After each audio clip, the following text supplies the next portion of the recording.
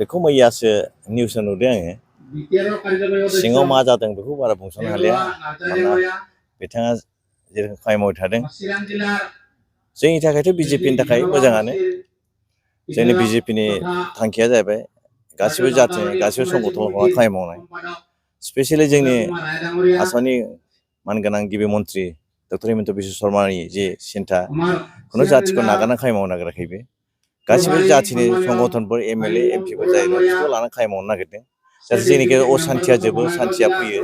आरो जोंनि गेजेराव जौगाखांनाया मोजाङै जानो हायो बेखौ लुबैदों मानोना मोनसे जाथिनिफ्राय अपोजिसनाव थाबाय थायोब्ला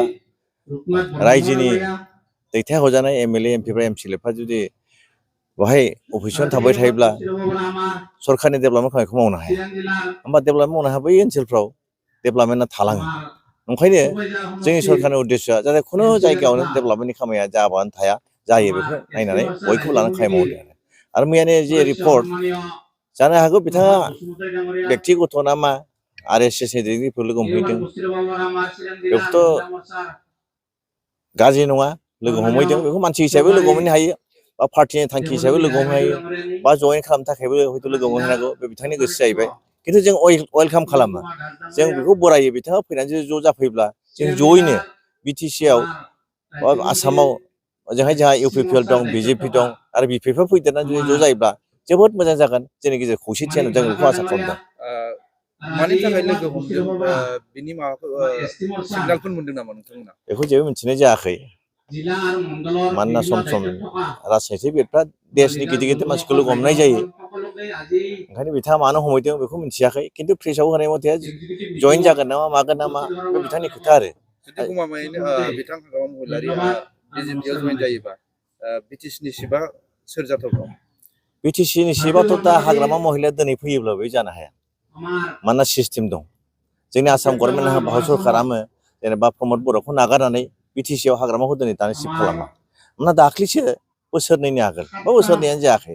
जोंनि गेजेराव प्रमद बर' आरो बिथांनि गासै इन्डिपेन्डेन्ट दैदेनगिरिफ्रा जे रोखोम भायलेन्सखौ नागारनानै हाथियारखौ उथायनानै जे सान्थि लाबोबाय बे सान्थि लाबोनाय मानसिखौ नागारनानै दिनैहाय आगोलाव जेनेबा हाग्रामा महिला 15 बोसोर 17 बोसोर बिटि सालायबोनाय बेखौ हथात लाबोनानै शिफ्ट बानायबोनायखौ जोबोद गाज्रि जायो आरो जोंनिखौ असान्थि जाफिनगोन दिनै जुदि हाग्रामा महिलाखौ जुदि शिफ्ट खालामफैयोबा बै एनडिएफबि बै इउपिपिएल बा गुबुन गुबुन मानसिफ्रा रागा जोंफिनगोन रिभल्ट खालामगोन आरो जोंनिखौ असान्थिया फैफिनगोन होमबा ओंखायनो आंनि नुनायाव बिथांखौबो लागोन बिथांखौ लानानै खामानि मावगोन बे उननि बाथ्रा उननि इलेक्सनाव मा जायो बे उननि खोथा उननि इलेक्सनाव जुदि इउपिपिएलआ देरहायोब्ला हयथ' बिजों जागोन बा बिपिएफआ देरहायोब्ला बिजोंबो जागोन आरो मोनथामखौ लानानै हयथ' मोनसे क'आलिसन गभर्नमेन्ट बिटिसिआव जानो हागौ बै समाव सिबा सोर जायो सिब जाया बैनि खोथा खिन्थु दिनै एबार जुदि हाग्रामा महिलारिया जुदि बिजेपिआव हाब्लाबो बिथांखौ हयथ' निस्सय आंनि साननायाव बे शिफ्ट जानो हयथ' बेखौ होथ'नाय नङा आं बेखौ सानदों आरो चिरां दुवाराव फैबाय थानाय समाव बिजाथि फसंनायनि नोंथांमोना सिन्था खालामो नामा फैबाय थानाय आपकामिंनि थाखाय एमपि एमसिएलआवथ' जाथ' थाखागोन बिजेपिआव थाखागोन खिन्थु जोंहा मोनसे दं गोजौआव जों एलायन्सखौ गेलेगोन बिजेपिजों इउपिपिएलजों दिनै दं आरो बिपिएफआ फैयोब्ला जयैनो एलायन्सखौ गेलेगोन दा बै समाव परिबेसा मा जायो बे उननि खोथा जाहैगोन मोजाङै दानि बायदि थाबाय थायोब्ला निस्सय एलायन्सआनो जागोन बहाय जेराव जोंनि जेनेबा जेराव इउपिपिएलनि केन्डिडेट दं बा इउपिपिएल थागोन जेराव बिजेपि केन्डिडेट बिजेपि थागोन जेराव रावनिबो गैया बहाय बुरजा फरायनायनि गेजेरजों जागोन आरो जुदि मोनसे जायगायाव जेनेबा चिरां बादियाव गुबुन जायगायाव जुदि माने बेहाय गेलेनांगौ हयथ' फ्रेन्डलिबो जानो हागौ जुदि गोरोबलायनो हाब्ला सोरबा केन्डिडेट लुबैलायोबा जोंहा चिरां बादियाव रन्जित बसुमतारीखौ नागारनो हाया